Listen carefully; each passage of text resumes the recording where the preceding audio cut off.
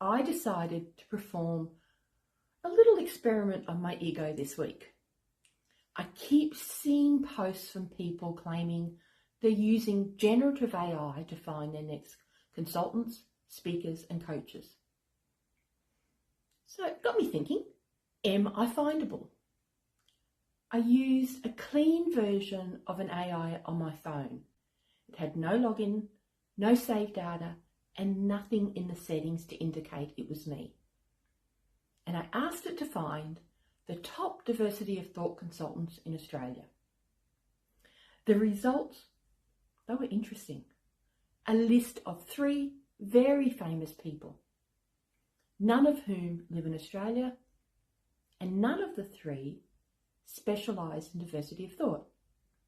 In fact, they didn't do anything even slightly similar.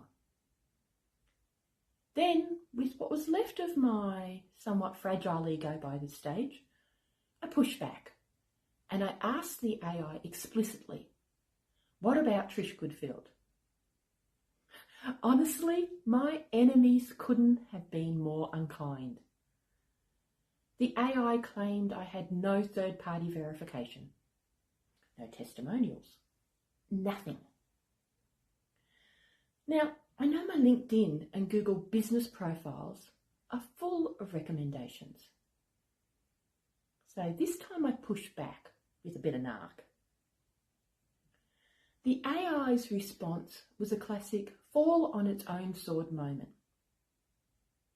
It admitted it wasn't pulling from a verified read of me. It was just guessing.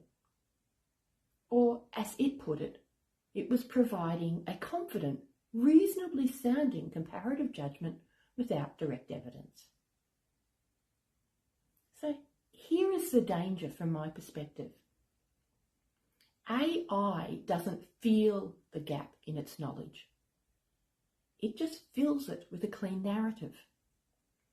It went on to say that it benchmarks people against an internal composite of what good looks like, rather than actual peers. It said it dilutes the edge cases, the niche experts, the weird wisdom, and the people who don't fit the mould, because AI leans towards what is statistically typical, not what is uniquely valuable.